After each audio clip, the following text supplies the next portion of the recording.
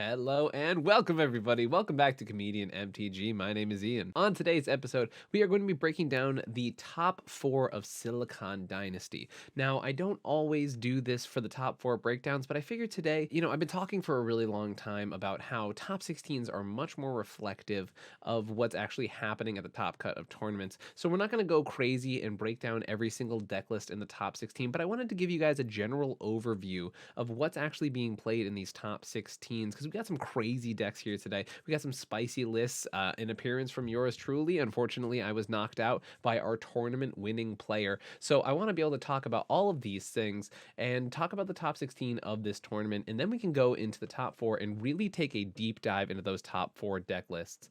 If you like content like this, it is my favorite thing to do on this channel, but I need to know from you. Hit that like button. Make sure to hit subscribe. That is how you can help out the channel a ton. Make sure you hit that like if you want to tell YouTube that this is the content that you enjoy. I want to also hear down from y'all in the comments below. What are some of the spiciest decks that you are seeing from this tournament? I know there's definitely one that I had to play in the top 16 that was absolutely buck wild, but there's a ton of cool decks, a ton of crazy stuff, and we're going to talk about some partner commanders today, not the ones you might be thinking, and the ones that brought down this entire tournament. So it's pretty crazy. Also, if you want to support content like this on a real level, please go over to patreon.com/comedianmtg. We still have one spot open for our coaching tier, which is monthly. You get a coaching session with me along with a lot of the other benefits of the Patreon. It kind of is actually a cheaper way to get coaching from me, and you also get like a ton of Patreon benefits that you normally wouldn't get for that price of a coaching session. So feel free to go check that out. And there's a ton of other tiers, things like getting a deck tech on the channel, helping to choose the monthly live brew, which we are going to be starting hopefully at the end of January, and a ton of stuff like that. But there's also a ton of tournaments being jammed into a very small amount of time. So we'll see how much we can get done. Anyways, with all of that out of the way, let's jump right into this top 16 and talk about some of the crazy stuff we're seeing here. One of the first things I'm seeing here is that we actually have 2 different copies of Kenrith in the top 16, which is honestly not the deck that I really thought would be showing up with multiple copies. Now, obviously, I've been a huge fan of Kenrith. We have the deck tech by Accepted Alex on this very channel. I'm not going to go too deep into the Kenrith right now, and that's because, hint, hint, it's one of our top 4 matchups. So we'll talk about that. As you can see up here in this corner, that is my Tivit list. Very, very similar, if not the exact same from the one that I brought to the original Mox Masters and went undefeated with. I definitely did not do as well this time around. The meta was a lot more aggressive towards the deck, and definitely had some stuff not really break my way during the Swiss. So definitely not a crazy record like I was hoping for, especially in comparison to my original Mox Masters run with the deck. But the deck is obviously very solid. I can't really complain about a top 16 performance with a deck that I enjoy playing a lot, but definitely not a deck I feel like I made the best choice to play in this top cut. We have a blue farm list here piloted by Ara. Now, for those that have heard this name before, Alana or Ara is literally one of the most consistent top 16 players there is in this format, and I feel like she does not get talked about enough, and I'm in conversations with her right now to get her to come and be like a featured player on this channel, because honestly, I want to highlight more players in this channel, and I don't want to be the only one who people know from all of these top cuts who are just consistently playing well and performing. And Alana is just like top 16 like the past, I don't know how many tournaments in a row, and definitely deserves to get a shout out in this. One of the literally best performing players we have to this date, just literally has gotten eliminated in top 16 for many, many tournaments in a row, but still making the top cut every single time. We have Inala here, nothing too crazy. We do have the mono blue Teferi list, which I'm pretty sure is the exact pilot, as far as I was told, who actually won Cash Cards Unlimited, which is pretty cool to see that is like not just a one-time performance, and this player is clearly demonstrating a knowledge of their deck. I also have a Krark Sakashima list, which was a wonderful player who I got to meet in the last round of Swiss, and a fan of this channel, so big shout out. It was a really fun match, and we had a really good time playing in that last round of Swiss. We have now 2 copies of Teamer Malcolm in the top 16, another deck showing another 2 of. Also 2 different blue farm lists, right, as well here in the top cut. We have an Inala list, which is pretty cool. A Slicer list, which I know I wasn't really going to jump into any of these decks, but this is, yeah, one of the new Transformer cards. It was in my top 16 pod, and to be honest, I really respect the deck. It did a lot of work, and it completely changed the landscape of the game we were playing. Now, it's hard to say because a lot of the players in that pod were able to very easily position themselves to be able to win the game despite Slicer's intervention, but it very much affected the game. It basically decided who won that game. We had 2 players who would have won on their turn, no no matter what Slicer did. I had a tough top 16 because I had to mulligan all the way down to 4. But Slicer really just changed the pace of this game. It was really interesting, cool to see. Super spicy list. I'm going to leave a link to all the top 16 and advise everyone to take a peek at that list because it is wild to say the least. Another list here is this Rograk and Tavesh list, which is actually a stacks list, and we're going to actually talk about that in the top 16. We had Teamer Polymorph, which is Efond has put up multiple performances in the top cut with this deck and was able to top 4 one of the tier 1 qualifiers, and I'm pretty sure top 16 another event. A player who you will see playing this deck very well consistently. A Najila list, which, you know, not surprising, Najila is actually pretty good, turns out, fun fact. And this deck list, which is, the name is just so great, totally original deck list that was clearly not stolen from a funny guy, and which I believe is happens to be a reference to me, as this is Donmaker's Razios.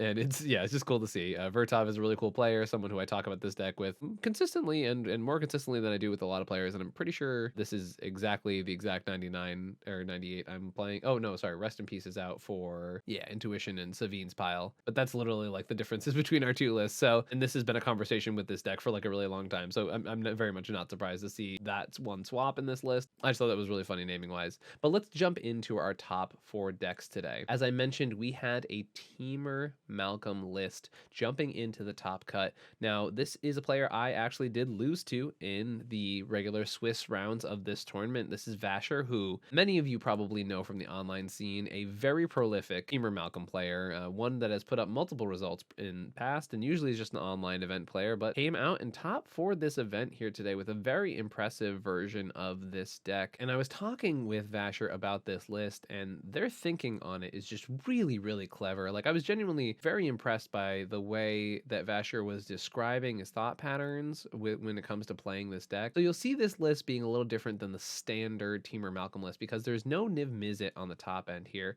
Is able to play Kiki Jiki and Corridor Monitor as sort of like the pivot combo, because the tough part about Teamer Malcolm is usually the secondary combos are a little weaker. Now, a lot of people have relied on those Curiosities, those Niv Mizzets as their backup combo.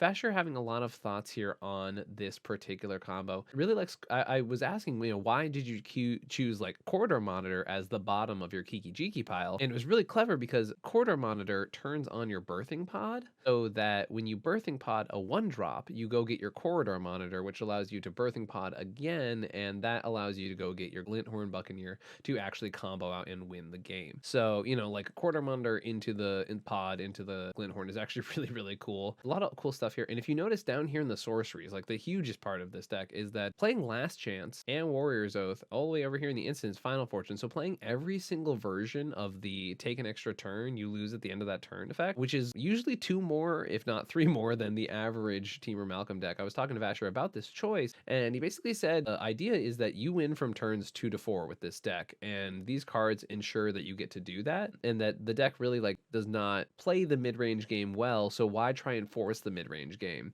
Which I found like a really interesting way of processing this deck, right? Like it is a aggressive creature combo deck, so why try to make it something that it isn't? And clearly the thought process worked really well here and got Vasher all the way to the top 4 of this tournament. Also playing tempo pieces like Daze and stuff like that in his list, and Daze literally won Vasher our game because early on I had a Force of Negation to be able to take out his Rhystic Study on turn 2 because he had a lower mulligan, and he goes, I have a Daze in my hand, don't counter this right now because we're just both going to go down to counterspell and I'll have a Rhystic Study. And I was like, honestly, I was in such a bad position at the time. I was like, sure, I can't argue with that knowing you have the Daze. And then I was like, and we'll be able to play around the Daze for the rest of the game. But honestly, that Daze stopped us from interacting with that deck so many more times than I ever would have thought it was. And it's a card I really have kind of harped on. I'm not a big fan of Daze in general, but the way Vasher played it in this pod was really solid. And honestly, I was very impressed, and I was just very impressed by the list. It's just like a very proactive Teamer Malcolm list that really wants to ensure, like, yeah, I'm going to try and win the game, and I'm going to put on the pressure on you opponents to answer these creature combos, which I know are really hard for cEDH players to do in general. So all in all, very impressed by the deck, very impressed by Vasher's performance with it, and really cool to see someone I know from the online space do pretty well. So congrats, Vasher. Your thought process with this deck was very impressive, and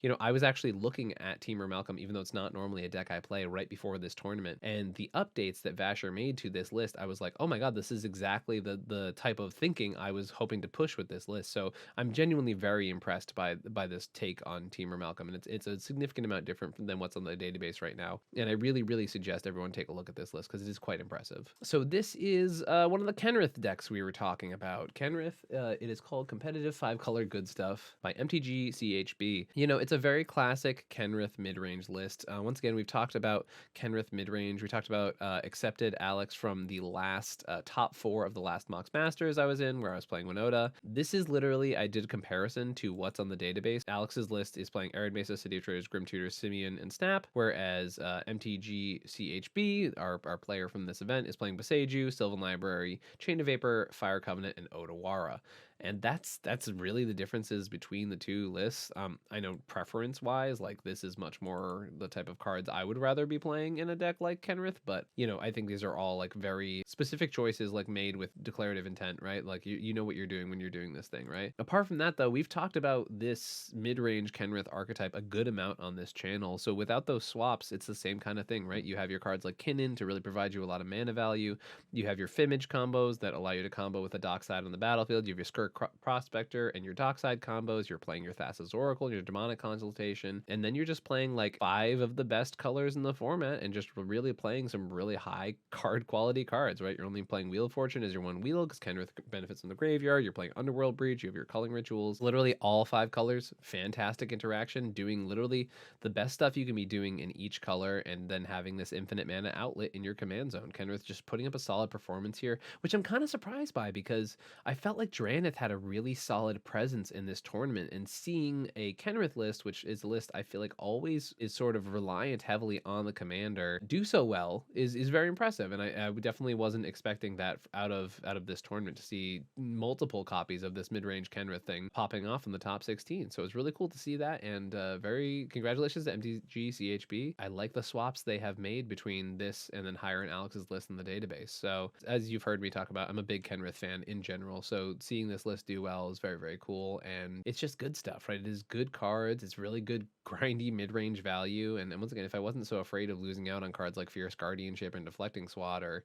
you know, early stuff like that, then I would definitely look deeper into Kenrith personally, but that's it's not really my particular cup of tea. Really cool list, very much enjoy it. Congrats MTG CHB on making the top 4 with a deck that's pretty freaking solid. Okay, so this is Zen's Spicy Pile by One With Nothing. This is a really cool deck, and I'm going to break down this deck in a second, and it makes me a little sad that the conversation surrounding this deck was really unhealthy, basically. There was a local group that came to this tournament to support each other, all playing this deck. One of the players on this list did very well, and from what I understand, the other players playing the deck did not make the top cut and did not do particularly well even in the Swiss rounds. And the players who were eliminated were reportedly not acting on fantastic behavior during these rounds, audibly cheering every time this player would like draw a good card, to the point where it was blatantly affecting the game, and the judge had to give these players a warning because their behavior was so just inappropriate for the setting.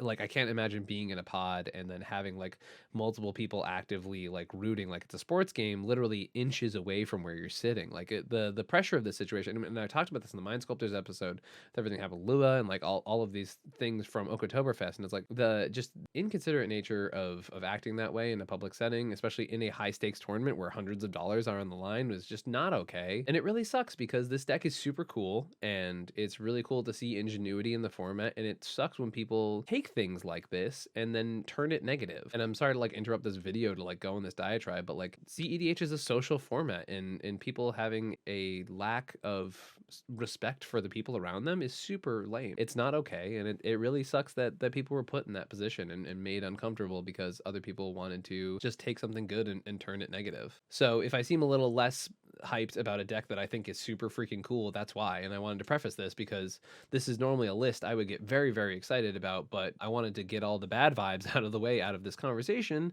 to talk about the really cool deck and talk about Magic and the thing that we enjoy, and not, you know, treating other people poorly for no reason. Now that that's out of the way, let's talk about this deck. So this deck is, by all accounts, really freaking cool, right? Running 5 different planeswalkers apart from its commander, and you're like, okay, what is this deck? It's clearly not the classic Rog Tevesh Turbo ad nauseam same thing. That's because it isn't. It is a Luca is probably a giveaway here, right? It's a polymorph list. So the idea is that you play a polymorph, you have your divergent transformations, I believe you also have transmogrify, reality scramble, transmogrify, and you have Luca, and you turn your Rograk or one of your Tevesh tokens into one of two creatures, being either a Sire of Insanity or a Void Winnower. And that's kind of like the gimmick of the deck, because your planeswalkers, once again, you don't care about your Rograk, you like sack it, draw 3 cards off of it, and then you also play cards like Yockelhops and Obliterate and From the Ashes to destroy all non-basic lands and Smallpox, and you just play these, like, you play board wipes, you play more board wipes, you play cards like Bifrost to blow up all the artifacts, you play once again Yockelhops and Obliterate to just literally destroy all creatures, all lands, all permanents, and you're like, oh hey, but I have these planeswalkers actually, and then you grind value with those planeswalkers and you win the game through just like a really grindy attrition game, which is, I mean, it's so cool. It's just such a spicy list, and you know, this is kind of why I had this preface, right? Like, this is a very, very unique deck. I think it's really, really cool. I would love to give it a shot sometime. You know, it's also playing a bunch of different stacks effects, right? And that's kind of how it's helping the game not end, right? It's playing cards like Nether Void. It has Contamination, Blood Moon, Stranglehold, right? Like, this is a very stacks permanent heavy list. Playing God Pharaoh Statue, Torpor Orb, Tanglewire, Trinisphere, Sphere of Resistance, Damping Sphere, like a lot of really aggressive stacks pieces, Chalice of the Void, you know, all of these pieces that are really just shutting down what your opponents are doing. And then you're playing like these rituals to just get these pieces out like stupid early, right? And then you're taking advantage of the fact that your opponents are, you know, gonna try and accelerate too, and then you blow up all their non-basic lands, or you obliterate them, or you cast a Yockelhops. And Obliterate obviously has the super intense upside of not being able to be countered, right? And then, you know, if you obliterate with a Devesh on the battlefield, you're in a really good spot. So it's a really cool list, really a lot of unique stuff. I could spend a lot of time talking about this deck, and I love the idea that something like this exists, and it's really, really solid. You know, it has its Rograk to get out this early acceleration, so you can get your early Tevesh out, and then instead of doing the classic like Rog Tevesh trying to be the fastest Adnaz deck, it's doing Rog Tevesh trying to be the craziest, earliest stacks deck that really just pantses your opponents. This is a really clever design.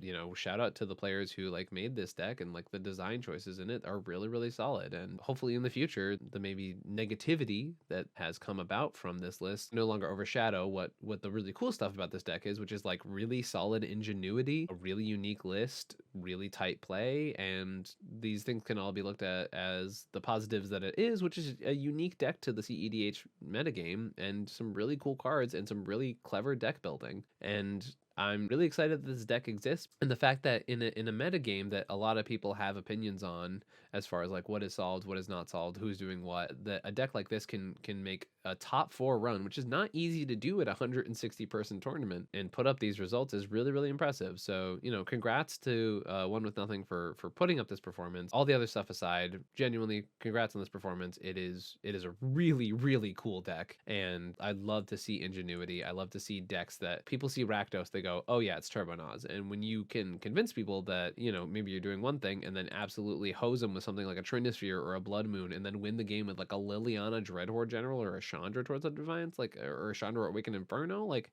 these are all awesome cards. It's so cool, and I hope that you know, there's more ingenuity in like the red polymorph space, especially. That is, it's super spicy, and glad to see it making a deep run in this tournament. All right, this is Mulling for Malcolm. It is one of the decks on the cEDH deck list database currently, and it is piloted by Ben Zloeb. Ben, the person who eliminated me from the top 16 with a crazy, crazy win under the pressure of Slicer on the battlefield. It's actually kind of crazy, because had the Slicer player actually attacked Ben instead of Alana, Alana would be the one in the top 4, and who knows what would have happened in that top 4 pod. So it's kind of crazy that like the entire tournament was decided by a single attack, because Ben wouldn't have been in this top 4 and wouldn't have won the whole thing. So it's kind of wild that like a single decision point made this entire tournament, and Ben played so well for this whole tournament. Like, wow. I think had a single loss in the entire tournament and then won every other game. So congrats to Ben. Freaking amazing performance with this deck. It's a deck that I have been talking about is underrated for a really long time, and I'm glad to see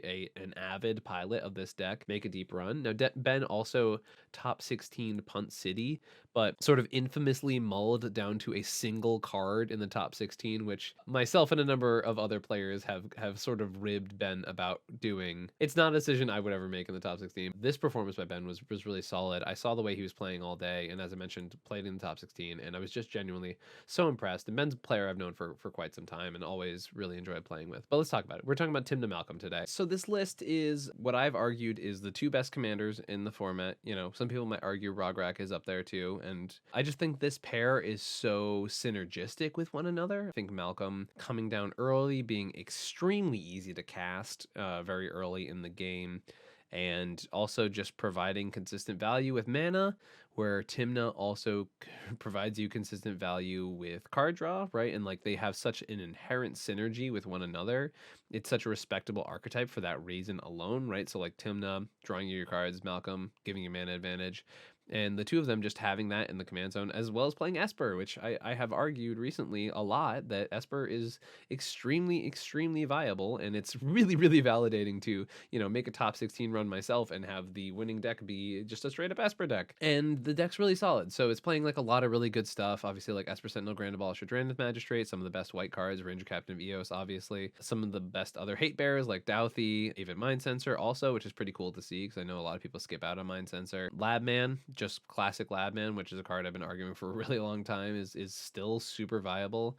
I believe this deck is playing a full Doomsday package. Yeah, so they have their Doomsday, and I believe a Gush, yep, because you have a certain amount of island count to be able to, you know, bounce the islands back to your hand, then you draw a couple cards, play a Thassa's Oracle, etc., etc. So it is running a Doomsday pile, and it's also an Ad Nauseam deck, right? So you're trying to win with Ad Nauseam, and then, you know, bringing their Ad Nauseam, you have your Yawgmoth's Will, and then you bring it into a Labman or a Thoracle to win the game. Ben also won with Mnemonic Betrayal in the finals, so obviously Mnemonic Betrayal being an exceptional win con this list. I have been saying I didn't think the Labman Thassa's Oracle package was enough as the win cons of the deck, but Ben clearly showing me wrong and creating an opportunity for those cards to win the game, right? Because it's clearly being demonstrated by this list that, you know, that's really all you need as far as the win conditions. So once again, you're playing this like really tight Tim to Malcolm package. You're playing a lot of tempo pieces. You're playing a lot of stuff that's going to get you more and more advantage, and you got a lot of tutors. Imp-Seal, Demonic Tutor, Diabolic, Grim Tutor. A lot of stuff that can get your wins, your Praetor's Grasps. You have your opposition agents to steal your opponent's wins, stuff like that. You have your Grand Abolisher to be able to protect your wins. Same thing with Ranger Captain. And then you have just a lot of solid cards, right? Like removal, like March to Sorely Mist and Swords. And you have things like Silence, which is one of the best cards in the format. You have all of this free interaction, Fierce Guardianship, Force, Mindbreak, another Force, Pact of Negation over here, right? Like, and playing Blue Blast, which I know there is a big push to start playing Blue Blast in the format. It's a card, unfortunately, I've been thinking about more and more. I'm not a fan of color hosing cards in general. It's just not something I like, especially when you can't, you know, we're not a sideboard format, right? But very strong against Underworld Breach, very strong against Winota, very strong against Dockside. So obviously the cards that it does hit are, you know, quite potent, quite powerful. And a lot of people are talking about this card as a serious option in the format. And luckily with a deck like Timna Malcolm, like if your Blue Blast is dead, Timna's drawing you so many cards that it really doesn't matter. Also, someone posted in one of my Twitter comments that Blue Blast kills Slicer, and like that's just the deepest meme. But anyways, it's a really solid deck. It's like it is a lot of really powerful Esper cards. Something to note, that's sort of a contradiction of playing Graph Digger's Cage and Yawgmoth's Will. I was talking to Ben about that, and he said it's worth it to have that overlap because Yawgmoth's Will is extremely powerful, but then everything else in the deck, including the fact that you're not playing Underworld Breach, right? So like Underworld Breach is a very explosive and solid win condition. So playing Graph Digger's Cage really just says like the creature tutor decks and Underworld Breach is not gonna be what I lose to.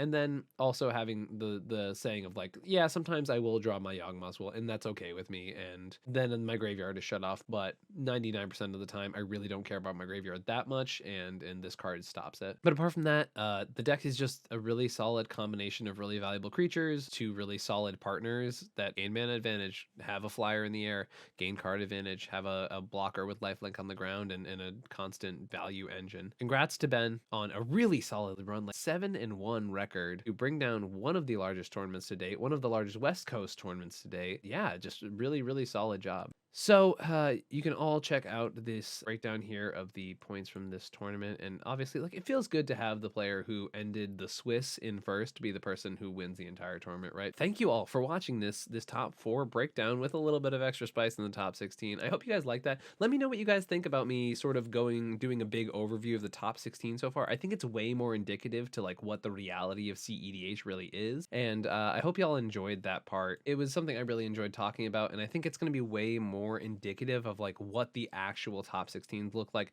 and what it looks like to top cut, right? Because the difference between top 16 and top 4 in a lot of these tournaments is just a single win, right? And it's not like the Swiss where you have many opportunities to win and you can afford a few losses, right? As soon as you hit the top 16, as soon as you hit the top 4, it is one win and that's it, right? There's no matches, there's no nothing like that. So cEDH, that part does contain a lot of variance. So I think the top 16 is really much more a general showing of what is succeeding in the format. And it was really cool to be able to get out to California. I'm very lucky for that opportunity. I'm very lucky to be able to do this and to be able to make this content for you. If you guys like this, make sure to hit like and subscribe. It helps out a ton. Also, make sure to go over to patreon.com/comedianmtg if you are interested in more videos like this. Any help helps the channel so much. It helps me get to these tournaments so that I can tell you exactly what's happening in these metas.